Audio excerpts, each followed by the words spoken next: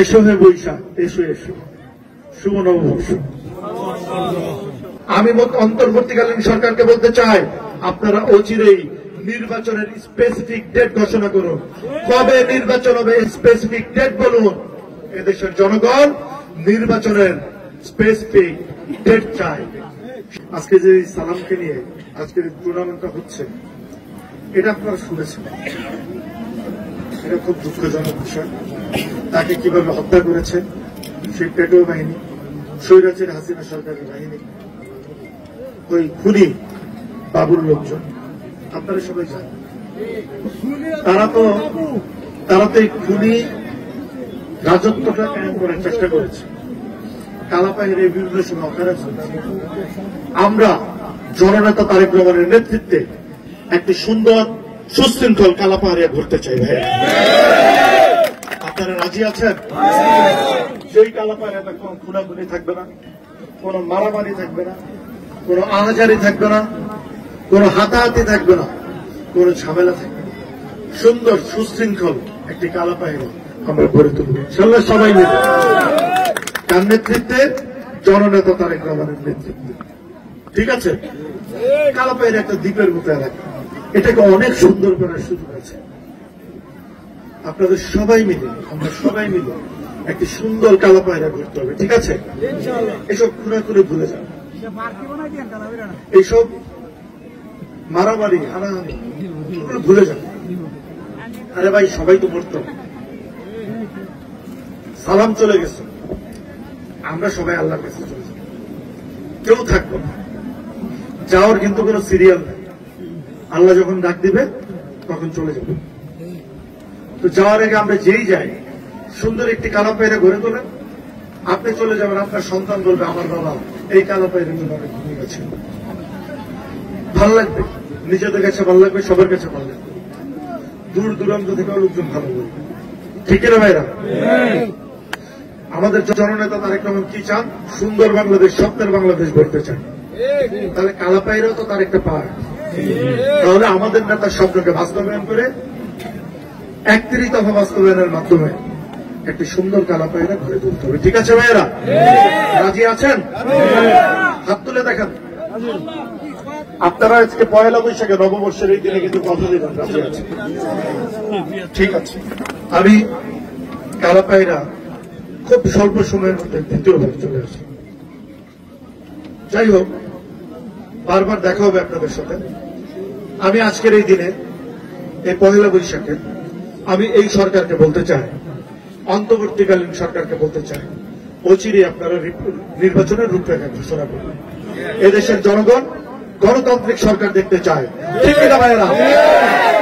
এদেশের জনগণ তার নিজের ভোট নিজে দিয়ে তার পছন্দের সরকারকে ক্ষমতায় আনতে চায়। ঠিক কিনা ভাইয়েরা? তার পছন্দের নেতাকে নেতা বানাতে চায়, তার পছন্দের নেতার নেতৃত্ব চায়। ঠিক কিনা ভাইয়েরা? এদেশের জনগণ জননেতা তারেক রহমানকে ভালোবাসে। ঠিক কিনা? ভালোবাসার বহিঃপ্রকাশ করবে কিসের মাধ্যমে? ভোটের মাধ্যমে। অচিরে নির্বাচনের রূপরেখা ঘোষণা করেন। আপনারা দেখেছেন কিছুদিন আগেও কি হয়েছে, বাংলাদেশের জনগণ কি করতে পারে। 71 সালে শহীদ প্রেসিডেন্ট জিয়াউর রহমানের নেতৃত্বে, শহীদ প্রেসিডেন্ট জিয়াউর রহমানের ঘোষণায় বাংলাদেশের স্বাধীনতা অর্জিত হয়েছিল। ঠিক কিনা? 1971 সালে স্বাধীনতার ঘোষককে শহীদ প্রেসিডেন্ট জিয়াউর রহমান, যিনি সবচেয়ে বেশি ভূমিকা রেখেছিলেন। আবার বাংলার জনগণ তখন যুদ্ধ করেছে, ভাষা আন্দোলন করেছে, 52তে দেখেছেন ভাইয়েরা। আবার 17 বছর একটি গণতান্ত্রিক আন্দোলন করেছে, কার নেতৃত্বে? জননেতা তারেক রহমানের নেতৃত্বে। সেই আন্দোলনের মাধ্যমে এদেশের জনগণ ফ্যাসিস্ট খুনি স্বৈরাচার হাসিনাকে কিন্তু মকসুদ থেকে নামিয়ে দেশ ত্যাগ করিয়েছে। ঠিক কিনা ভাইয়েরা? আমি সরকারকে বলতে চাই, আপনারা দেখেন, আপনার অতীতকে দেখে শিক্ষা নেন। এদেশের জনগণ কিন্তু প্রতিবাদী, যখন তখন তাদের অধিকারের জন্য তারা প্রতিবাদ করতে শিখেছে, তারা অন্যায়ের প্রতিবাদ করতে শিখেছে, তারা তাদের নিজের অধিকার আদায় করতে শিখেছে। সংগ্রামী ভাইরা, আমি বলতে চাই, আমি অন্তর্বর্তীকালীন সরকারকে বলতে চাই, আপনারা অচিরেই নির্বাচনের স্পেসিফিক ডেট ঘোষণা করুন। কবে নির্বাচন হবে স্পেসিফিক ডেট বলুন। এদেশের জনগণ নির্বাচনের স্পেসিফিক ডেট চায়। সেই ডেটে নির্বাচনের মাধ্যমে গণতান্ত্রিক সরকার চায়, তার পছন্দের নেতা নেতৃত্ব দিবে সেই সরকার চায়। তো আজকে একটি সুন্দর দিন, বৎসরের প্রথম দিন, পহেলা বৈশাখ, নববর্ষ। আজকের এই দিনে সরকারের প্রতি আমাদের রিকোয়েস্ট, আপনারা এদেশের জনগণের অধিকারের দিকে তাকিয়ে এদেশের জনগণের ইচ্ছাকে প্রাধান্য দিয়ে গণতান্ত্রিক দেশের সিস্টেমকে প্রাধান্য দিয়ে অচিরেই নির্বাচনের রূপরেখা ঘোষণা করুন, নির্বাচনের ডেট ঘোষণা করুন। আপনারা তো অনেকদিন হয়ে গিয়েছে, সংস্কার করতে কয়দিন লাগে? এসি রুমে বসে বসে সংস্কার করবেন? সংস্কার করতে এত সময় লাগে না। সংস্কার করার জন্য খুব অল্প সময় সংস্কার করা যায়। আপনারা সংস্কারের কোন স্টাইল শুরু করেছেন আমরা ঠিক বুঝতেছি না। এটা কিন্তু বাংলাদেশের জনগণ বুঝতেছে না, তারা বুঝতে চাচ্ছে না।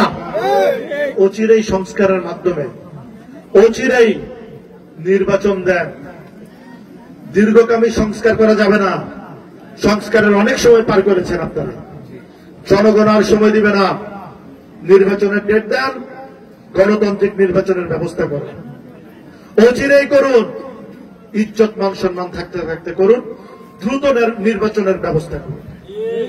আপনাদের প্রতি আজকে নববর্ষের এই দিনে আপনাদের প্রতি আহ্বান, এটা বাংলার জনগণের দাবি, বাংলার জনগণের আহ্বান।